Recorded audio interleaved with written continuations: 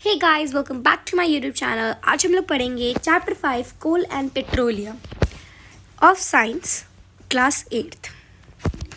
इस वाले पैराग्राफ में हमको दिया हुआ है कि जो हमको सब जो बेसिक नीड होती है हमारी, वो एक तो होती है नेचर से मिलती है और एक हमको ह्यूमन एफर्ट से मिलती है। तो इसमें से हमको बताना है कि नेचुरल और मैन मेड दोनों इसके एग्जांपल्स हैं। तो फिर एयर, वाटर, सॉइल, मिनरल्स, ये सब नेचुरल रिसोर्सेज हैं। क्या फिर मुझे पूछता है कि क्या नेचुरल रिसोर्सेज हमेशा रहते हैं? तो हम लोग जानेंगे कि क्या वाटर लिमिटलेस है, मीन्स क्या वो अनलिमिटेड है? तो यहाँ हमको अब इसका आंसर हमने पढ़ा था क्लास 7 में कि वाटर अनलिमिटेड नहीं है, बिकॉज वो ख़त्म हो सकता है। तो ख़त्म होने का मतलब एग्जॉस्टिबल नेचुरल रिसोर्स। तो हमको दो टाइप के दिया हुआ है, पहला है इनएग्जॉस्टिबल, दूसरा है एग्जॉस्टिबल। तो इसमें एक चीज़ बहुत इम्पॉर्टेंट है कि जो भी नेचुरल रिसोर्स ह्यूमन एक्टिविटीज़ से ख़त्म हो। ऐसे नहीं कि जैसे मान लो सन है, सन अगर तबाह हो गई तो वो ह्यूमन एक्टिविटीज़ की वजह से तो नहीं होगी, और अगर होगी तो उसके लिए there would be a lot of complex. तो ये लिखा हुआ है कि इनएग्जॉस्टिबल रिसोर्स वो होती है जो हमको अनलिमिटेड अमाउंट में, अनलिमिटेड क्वांटिटी में मिलती है इन नेचर, और वो ह्यूमन एक्टिविटी से ख़त्म नहीं होती। तो फिर आप ये पूरी की पूरी डेफिनेशन याद कर सकते हैं डी जैसे से यहाँ तक। एग्जांपल्स अपने भी एग्जांपल्स दे सकते हैं, बट वो नेचुरल होने चाहिए। ऐसा नहीं कि आपने दे दिया कि phone is a man made. Okay, now exhaustible natural resources. Exhaustible का मतलब समझ आ गया हमको कि वो ख़त्म होने वाले नेचुरल रिसोर्सेज। तो फिर ख़त्म होने वाले नेचुरल रिसोर्सेज हो गए forest, wildlife, minerals, coal, petroleum, natural gas, etcetera. The amount of these resources in nature is limited। तो जो नेचुरल रिसोर्स होते हैं वो हमारे पास लिमिटेड होते हैं, लिमिटेड अमाउंट में, एंड ये ह्यूमन एक्टिविटीज़ की वजह से ख़त्म हो सकते हैं। तो डिफरेंस मेनली ये है कि हमने इस 7th में पढ़ा था कि इन एग्जॉस्टिबल नेचुरल रिसोर्स कभी ख़त्म नहीं होते हैं ह्यूमन एक्टिविटीज़ की वजह से, और exhaustible natural resource human activity से ख़त्म हो सकते हैं। उन्होंने एक एग्जांपल दिया है हमको एग्जॉस्टिव रिसोर्स का कि किसी डब्बे में, मीन्स एक नमकीन पड़ी हुई है, मान लो नमकीन है, तो जो नमकीन है वो कभी ना कभी तो ख़त्म होगी। उस नमकीन को हम लोग को एग्जॉस्टिबल रिसोर्स मानते हैं। जैसे कि कोल हो गया एग्जॉस्टिबल, जैसे कि पेट्रोल हो गया पेट्रोलियम हो गया एग्जॉस्टिबल रिसोर्स। तो अब जो ये जो नमकीन है, मीन्स जो भी चीज़ें हैं इसके अंदर, मान लो जो पहले जिसने खाई है उसने कुछ तो बचाई होगी दूसरे बंदे के लिए खाने के लिए। तो वैसे ही जो पिछला जनरेशन है उन्होंने कुछ रिसोर्स बचाया होगा नेक्स्ट जनरेशन के लिए। ये बताया हुआ हमको इस पैराग्राफ में। इसको हम अब एक बार पढ़ते हैं जस्ट फॉर अ रीडिंग। अब हम इसको एक बार अच्छे से रीड कर लेते हैं। Assume that the eatables in a container represent the total availability of an exhaustible natural resources like coal, petroleum और natural gas. Each group may have different consumption pattern. इसका मतलब है कि जैसे कि 3-4 नमकीन के डिब्बे हमारे पास, और कोई नमकीन आपको ज़्यादा पसंद हो, कोई नमकीन आपको थोड़ी कम पसंद हो, कोई नमकीन आप कम खाते हो, तो फिर उसके कंजप्शन पैटर्न डिफरेंट होंगे। किसी के ज़्यादा होंगे, किसी के कम होंगे, और किसी के हो सकता है कि आप गिफ्ट के लिए रखो तो उसके पैटर्न डिफरेंट होंगे। वैसे ही रिसोर्सेज के भी पैटर्न डिफरेंट होते हैं। जैसे कि मान लो कि हम लोग कोल ज़्यादा यूज़ करते हैं, या मान लो हम पेट्रोल कम यूज़ करते हैं, ऐसे करके। वैसे तो हम लोग यूज़ दोनों ही, it's important, but it's for an example. Are the earlier generation of any group too greedy. इसका मतलब है क्या वो कुछ ज़्यादा ग्रीडी और वो दूसरी जनरेशन के लिए छोड़ती नहीं है। It may be that the earlier generation in some groups were concern about the coming generation. मतलब वो जैसे कि एक नमकीन का डब्बा है, तो उन्होंने सोचा कि चलो बाद में मेरे बच्चों को भी खाना होगा तो मैं छोड़ देता हूँ, जस्ट लाइक दैट, और and left something for them, means दूसरे नेक्स्ट जनरेशन के लिए। इन दिस चैप्टर, अब हम इस चैप्टर में पढ़ेंगे सम एग्जॉस्टिबल नेचुरल रिसोर्सेज। तो पहला हम लोग पढ़ने वाले कोल, पेट्रोलियम एंड फिर नेचुरल गैस। तो अभी हमको कैसे मिलती है कोल, पेट्रोलियम और नेचुरल गैस? हमको मिलती है, वो फॉर्म्ड होती है dead remains of living organisms, fossils. अब जो डेड ऑर्गेनिजम्स की जो हमको रिमेनिंग्स मिलती है, उसको हम लोग फॉसिल्स बोलते हैं. और इन कोल, पेट्रोलियम, नेचुरल गैस को हम लोग फॉसिल फ्यूल्स बोलते हैं. ठीक है, तो ये कंफ्यूज मत होना फॉसिल्स और फॉसिल्स फ्यूल्स में. Now coal. So what is coal? Coal तो सबने, आप you know what coal is, but अब इस चैप्टर में हमको कुछ डेफिनेशन याद करने के लिए, कुछ क्लियरली पढ़ने के लिए हम लोग इसको पढ़ेंगे. दैट कोल, आपने सुना होगा, वो एक हार्ड रॉक होता है जो ब्लैक कलर में होता है, आप देख सकते हैं. एंड वो किस किस चीज़ें के लिए यूज़ होता है? कोल यूज़ होता था कुकिंग के लिए, अभी भी बहुत सारे विलेजेस में यूज़ होता है. वो रेलवे इंजन्स में यूज़ होता था. अब तो दूसरे टाइप के ट्रेन्स आ चुकी है, इलेक्ट्रिकल ट्रेन. वो किस लिए यूज़ होता था? इंजन्स में टू स्टीम प्रोड्यूस करने के लिए. और वो थर्मल पावर प्लांट्स में यूज़ होता था to produce electricity. Coal is also use in fuel in various industry. Story of coal. अब कोल कैसे मिला, तो और कैसे बना? Where do we get coal from and how is it formed? तो about 3 million years ago. So 3 million, ये आपको इम्पॉर्टेंट लगना है कि कोल कितने सालों में बनता है और कितने मिलियन सालों में बनता है. कि जब हमारी अर्थ had a dense forest in low lying wetland areas. मतलब जब हमारी अर्थ में ह्यूमन बींग्स नहीं थे और वो बिल्कुल एक वो एक फॉरेस्ट थी, और जिसमें लो लाइंग वेटलैंड्स एरिया थे, वहाँ पर जो बरीड सॉइल थी, उस सॉइल में वो सॉइल कंप्रेस होती जाए, और जो उसका टेम्परेचर है वो भी धीरे धीरे बढ़ता गया. तो मीन्स जैसे कि हम लोग मतलब जितना ज़्यादा अंदर जाते हैं तो टेम्परेचर बढ़ता है ना, वो ज़्यादा गर्मी ज़्यादा करता है. तो वैसे ही जो बरीड सॉइल थी उसका टेम्परेचर बढ़ता गया जितना हम लोग नीचे जाए. Under high pressure and high temperature dead plants got slowly converted to coal. तो फिर अब जितना ज़्यादा नीचे रहेंगे गर्मी की वजह से क्या होगा कि वो जो प्लांट्स एनिमल्स हैं वो मर जाएंगे. तो अब जो वो मर गए तो उनकी जो डेड रिमेन्स है या फिर तो वो सॉइल में अंदर चली जाती है, और कभी कभी ये भी होता है कि जो उसके रिमेन्स है वो कोल में बन जाते हैं और अलग फॉसिल फ्यूल्स में बन जाते हैं.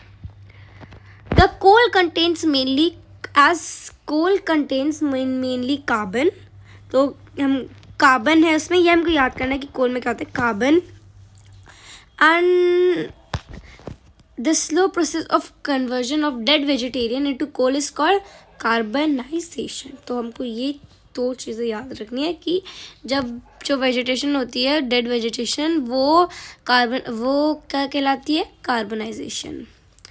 Since it was form from the remains of vegetation, coal is also called fossil fuel.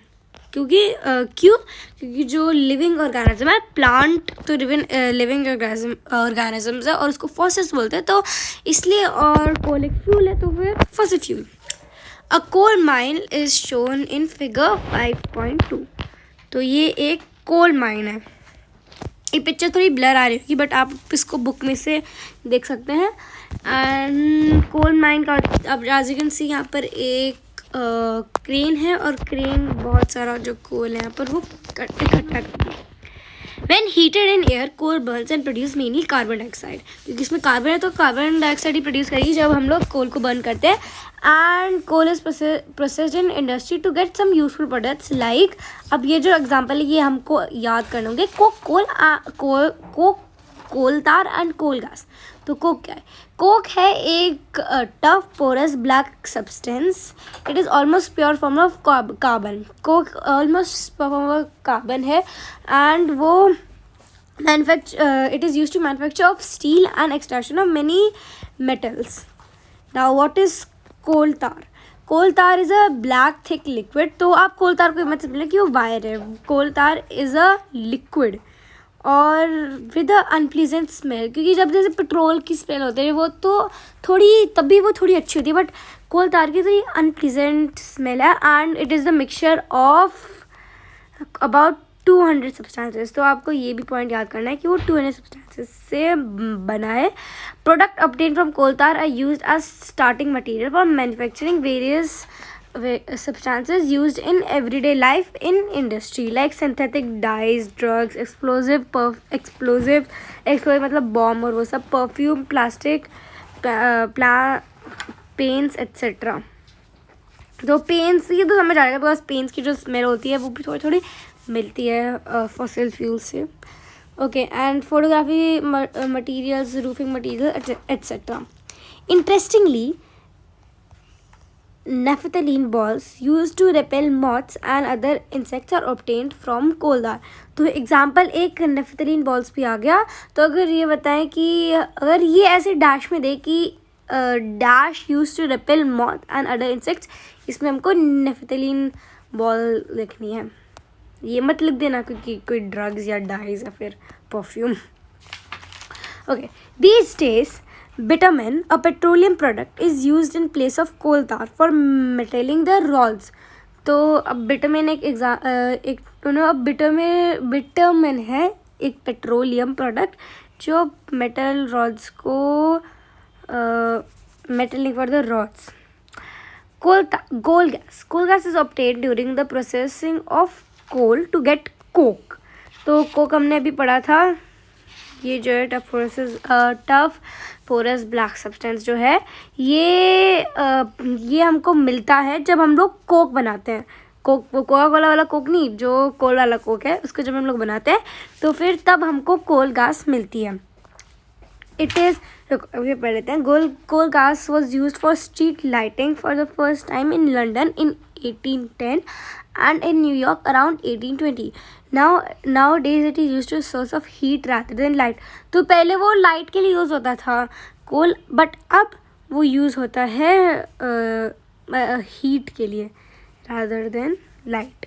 और कब यूज़ होता था वो 1810 और 1820। ठीक है। It is used as a fuel in many industries situated near the coal processing plants। जो कोल को माइनिंग वाले जो जगह है वहाँ पर जो इंडस्ट्रीज सिचुएटेड है तो वहाँ पर ज़्यादातर कोल तार मीन्स कोल गैस यूज़ होती है। पेट्रोलियम, हमारे पास पेट्रोलियम आ चुका है। You know that petrol is use as a fuel in light automobiles. तो पेट्रोल तो तुमको पता है, पेट्रोल, डीजल और सीएनजी सब यूज़ होते हैं व्हीकल्स ऑटोमोबाइल्स में, उनको ऑटोमोबाइल्स होते हैं। Motorcycle, scooter etcetera. Heavy motors vehicle like trucks and tractors run on diesel and petrol and diesel obtain from natural source called petroleum. तो एक हम ये पॉइंट याद कर सकते हैं, क्या हम ये दोनों ऑब्टेन करते हैं हमको पेट्रोलियम में से। The word petroleum is drive from petra मतलब रॉक एंड ओलियम मतलब oil, as it is mind from between the rocks under earth as shown in figure 5.5। तो फिगर 5.5 में आप देख सकते हैं कि यहाँ पर see this is gas, this is oil, this is rock और दिस इज़ वाटर। एंड यहाँ पर कहीं हमको मिलता होगा इस इनके बीच में। Let me show you. हाँ, यहाँ पर कहीं हमको मिलता होगा पेट्रोलियम, क्योंकि पेट्रा मतलब रॉक एंड ओलियम मतलब ऑयल, तो इनके बीच में। अब पेट्रोलियम कैसे फॉर्म होता है? पेट्रोलियम फॉर्म होता है जो ऑर्गेनिजम्स होते हैं, जो क्रीचर्स होते हैं सी में जो लिव करते हैं, उनसे हमको पेट्रोल मिलता है। जब वो sea organism that are dead, उनकी बॉडी से जब वो सी कवर जाती है सैंड, क्ले और उन चीज़ें, मिलियंस ऑफ ईयर के बाद में हाई प्रेशर मीन्स बहुत ज़्यादा जब नीचे जाते हैं, जैसे हमको पता चलता है, तो उसमें टेम्परेचर हाई बढ़ जाता है, तब हमको जो डेड ऑर्गेनिज्म होते हैं वो पेट्रोलियम और नेचुरल गैस में बदल जाते हैं। Look at figure 5.4। Let's see 5.4। Yup here जैसे as we can see right over here, यहाँ पर लिखा हुआ है वेल्स। वेल्स का मतलब यहाँ पर कहीं पानी होगा। तो it shows the deposit of petroleum and natural gas. You see that the layer containing petroleum, oil and gas is above that of water. Why is it so? Because that oil and gas are lighter than water and do not mix with it. तो फिर जो gas है वो oil से light होती है तो वो यहाँ पर आ जाती है. एंड आई थिंक ये वाला जो सरफेस है यहाँ पर मेनली हमको गैस और पेट्रोलियम मिलता है. मीन्स यहाँ पर भी मिल सकता है एंड यहाँ पर भी मिल सकता है.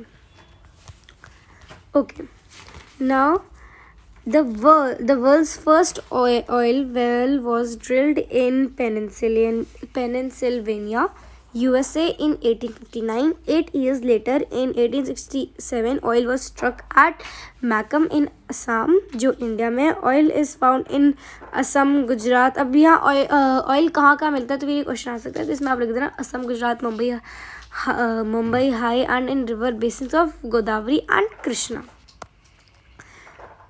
Refinery of petroleum. तो अब जब पेट्रोल हमको सीधा थोड़ा मिल जाता है तो हमको पेट्रोल को कुछ यूजफुल प्रोडक्ट बनाने के लिए उसको रिफाइन करना पड़ता है. तो उसको बोलते हैं हम लोग रिफाइनरी ऑफ पेट्रोलियम. उसको पढ़ते हैं.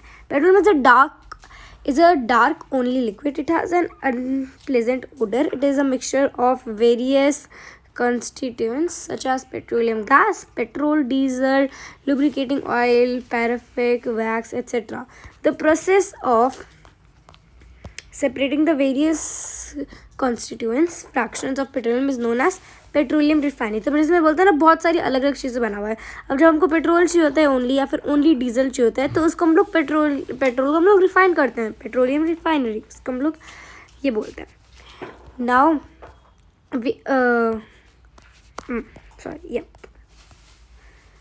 various constituents and their uses are given in table 5.1. Let's check.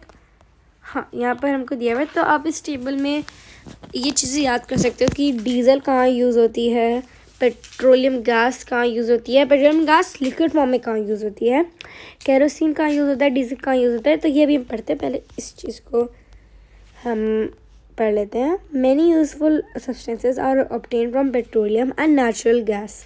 These are termed as petrochemicals. तो पेट्रोकेमिकल्स हमने याद है जो हमने सिंथेटिक फाइबर्स में पढ़ा था. तो जो भी सिंथेटिक फाइबर्स होते हैं जैसे पॉलिस्टर, नायलॉन और एक्रिलिक वो सब पेट्रोकेमिकल्स में हमसे मिलते हैं हमको. Polythene and other. Okay, union example हमको दिया हुआ है कि hydrogen gas obtain from natural gas is used in the production of fertilisers, urea. Due to its great commercial importance, petroleum is also called as black gold. तो अब ये चीज़ बहुत confusing होती है कि लोग कंफ्यूज आते हैं कोल एंड पेट्रोलियम से. तो आपको ये अच्छे से याद रखना है कि जो पेट्रोलियम होता है वो उसको बोलते हैं हम लोग ब्लैक गोल्ड. कोल को नहीं बोलते हैं, चाहे कोल हार्ड सब्सटेंस है, बट हम लोग पेट्रोलियम को बोलते हैं black gold. Okay, Now, yes, remember this is hydrogen gas is obtained from natural gas. ये चीज़ याद रखनी हमको. Natural gas is very important fossil fuel because it is easy to transport through pipes. अब natural gas है तो फिर वो हम लोग obtain करते हैं तो वो पाइप से हमको easily मिल जाती है. Natural gas is stored under high pressure as compressed natural gas. CNG वो high pressure के अंडर मतलब high pressure ज़्यादा प्रेशर वाली जगह पे कंप्रेस होके रखते हैं. तो कंप्रेस नेचुरल गैस को हम लोग CNG बोलते हैं. CNG is use for power generation. It is now being used in as a fuel for transport vehicles because it is less polluting. It is cleaner fuel. तो petroleum और coal से हम carbon जब हम उसको use करते हैं तो वो कार्बन प्रोड्यूस करता है. तो इसलिए और जो CNG होता है वो CNG लेस पोल्यूटिंग होता है. तो इसलिए इसको क्या कहा है, it is a cleaner fuel. अब हम इस डायग्राम को एक बार पढ़ लेते हैं कि table of various constituents of petroleum and their uses. तो सबसे पहले petroleum gas is a liquid form. In liquid form है let's go down. Fuel for home and industries. तो ये कहाँ यूज़ होता है, fuel for home and industries. LPG petrol use होता है motor fuel, aviation fuel, solvent for dry cleaning. Kerosene third हमको use होता है fuel for stoves, lamps and for jet aircraft. Fourth diesel हम यूज़ करते हैं fuel for heavy motor vehicles, electric generator. Heavy motor vehicles हमने पहले पढ़ा था कि वो ट्रक और उन सब में यूज़ होता है। फिफ्थ लुब्रिकेटिंग ऑयल, लुब्रिकेशन के लिए। पैराफिन वैक्स काम मिलता है ointments, candles, Vaseline etcetera. Vitamin paints, road and surfacing के लिए यूज़ होता है। तो ये सारी चीज़ें हमको याद रखनी होगी, ये पक्का है ये बताने के लिए कि tell the uses. And now the great advantage of CNG। इसके एडवांटेजेस, अब जब वो पूछे ना एडवांटेजेस के बारे में तो फिर आप ऐसे करके लिख सकते हो। तो हो गए कि it can be use directly for burning in homes and factors where it can be supplied through pipe. So फिर जहाँ पर पाइप से वो सप्लाई हो जाता है तो वो डायरेक्टली यूज हो सकता है। Such network of pipeline exist in Vadodara, Gujarat, some parts of Delhi and other places. Natural gas is also used as starting material for manufacture of number of chemicals and fertilizers. India has vast reserves for natural gas. In our country, natural gas has been found in Tripura, Rajasthan, Maharashtra and in the Krishna Godavari. तो हमको ये सारे जो उसके places करें ये हमको याद करने हैं। ये कैसे पूछ सकता है वेयर इज़ नेचुरल गैस, या फिर जब हम लोग डिफाइन नेचुरल गैस लिखा पूछा होगा ना तो फिर आप ये लिख सकते हो, इससे मार्क्स हमको मिलेंगे, लाइक ज़्यादा मिलेंगे। We can say can coal, petrol, natural gas be prepared in laboratory from dead organisms. Let's see. Mainly नहीं हो सकता बिकॉज उसके लिए मिलियन ऑफ ईयर्स लगते हैं and there formation is very slow process and conditions for the formation can not be created in the laboratory. की condition क्या होता है उनके लिए हाई प्रेशर चाहिए होता है, बहुत ज़्यादा गर्मी वाला प्रेशर। तो अब लैबोरेटरी में ऐसा प्रेशर लाएंगे तो भाई ऐसे तो फिर अर्थ में ऐसे मिल जाए, तो इसलिए हम लोग उसे लैबोरेटरी में नहीं बना सकते हैं, वरना अभी तक तो मिल ही चुका होगा प्लास्टिक वगैरह। सब नेचुरल रिसोर्सेज आर लिमिटेड। तो अभी हमने जो टॉपिक करा था एग्जॉस्टेबल रिसोर्सेज, उसमें से अब उसको हम लोग पढ़ेंगे कि ये एग्जॉस्टेबल होता है means petroleum, CNG or coal. You studied in the beginning of the chapter that some natural resources are exhaustible like fossil fuels, forests, minerals, etc. You know that अब इसको fast पढ़ रही हूँ because मैं इसको बाद में explain करूँगी तब धीरे explain करूँगी. You know that coal, petroleum and are fossil fuels. It requires the dead organism millions of years to get converted into these fuels. On the other hand, the known reserves of these will last only a few hundred years. Moreover, burning of these fuels is a major cause of air pollution. तो यहाँ पर ना थोड़े disadvantage लिखे हुए हैं इसके। ठीक है, ये एक डिसएडवांटेज हो गया कि एयर पोल्यूशन जो फॉसिल फ्यूल्स होते हैं वो एयर पोल्यूशन क्रिएट करते हैं। नॉन रिजर्व ओके, एंड जो ये नॉन रिजर्व होते हैं वो फ्यू हंड्रेड ईयर्स ही रह पाते हैं and their use is also link to global warming. एक और डिसएडवांटेज है, it is therefore necessary that we use this fuels only when absolutely necessary. तो उसको केयरफुली यूज़ करना चाहिए। This will result in better environment, smaller risk of global warming and their availability for longer period of time. तो कम risky होगा और environment को भी अच्छा करेगा और वो ज़्यादा देर तक रहेगा। In India, the Petroleum Conservation Research Association PCRA, तो ये पूछेंगे कि क्या PCRA ने क्या करे। उसने एडवाइस करा पीपल को कि पेट्रोल डीजल हमको बचानी चाहिए ड्राइविंग के समय। तो अब यहाँ पर हमको लिखा हुआ है कि क्या क्या करना चाहिए हमको इसको बचाने के लिए। Drive at a constant and moderate speed as far as possible. तो हमको एक एवरेज स्पीड में, हमको मॉडरेट स्पीड में ड्राइव करना चाहिए। स्विच ऑफ इंजन और ट्रैफिक लाइट्स, तो सबको बताया होगा कि बेसिक मीन्स ये लाइक एक बेसिक टाइप की चीज़ है कि जब आप बहुत सारे लोग करते नहीं हैं, जब आप ट्रैफिक लाइट पे हो और आपको लग रहा है कि अभी तो बहुत टाइम लगेगा तो अपना इंजन यू शुड उसी इंजन को बंद कर देना चाहिए। हो सकता है कि पीछे वाला आपको हॉर्न बजाए, बट ज़्यादातर जब रेड लाइट होती है तो फिर नहीं बजाते हैं, और जब येलो लाइट हो जाए तो ऑन कर दो अपना engine. Ensure correct tyre pressure, कि टायर प्रेशर सही हो, क्योंकि अगर कम होता है तो ज़्यादा डीजल और पेट्रोल यूज़ होगा। Ensure regular maintenance of your vehicle.